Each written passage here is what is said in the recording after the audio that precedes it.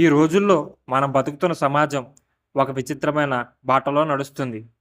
అమ్మ చెప్పిన మాట వింటే ఎదవా అంటుంది. అదే మాట పట్టించుకోకుండా పోతే గ్రేట్ అంటుంది. కానీ కొన్ని సంవత్సరాల తర్వాత పరిస్థితి అనేది మారుతుంది. అమ్మ మాట విన్నవాడు స్థిరమైన జీవితం గడుపుతున్నాడు.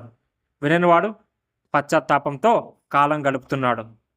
మన జీవితంలో అమ్మ అనేది కేవలం ఒక తల్లే కాదు, అనుభవాల రూపం. ఆమె మాటలు పుస్తక జ్ఞానం కాదు, జీవిత పాఠాలు. మన చిన్నవాళ్ళం కాబట్టి వాటి లోతు మనకు అర్థం కావడం కష్టం. కానీ కాలం అనే గురువు ఒక్కొక్కటిగా ఆ మాటల నిజాన్ని మనకు తెలియజేస్తుంది. సొసైటీ మన గురించి ఎప్పుడూ స్థిరంగా ఆలోచించదు. ఈరోజు ఒక పని చేస్తే తప్పు పడుతుంది, రేపు అదే పని చేసిన వాడినే పొగుడుతుంది.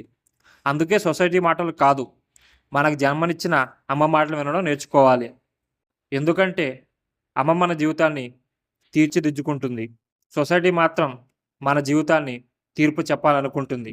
కాబట్టి సొసైటీ ఏమనుకుంటుందో అనుకోకుండా అమ్మ చెప్పిన మాట విని నీ దారిలో నువ్వు నడువు. ఎందుకంటే కాలం గడిచిన తర్వాత అదే మాటల్లో నీ విజయ రహస్యం దాగి ఉంటుంది.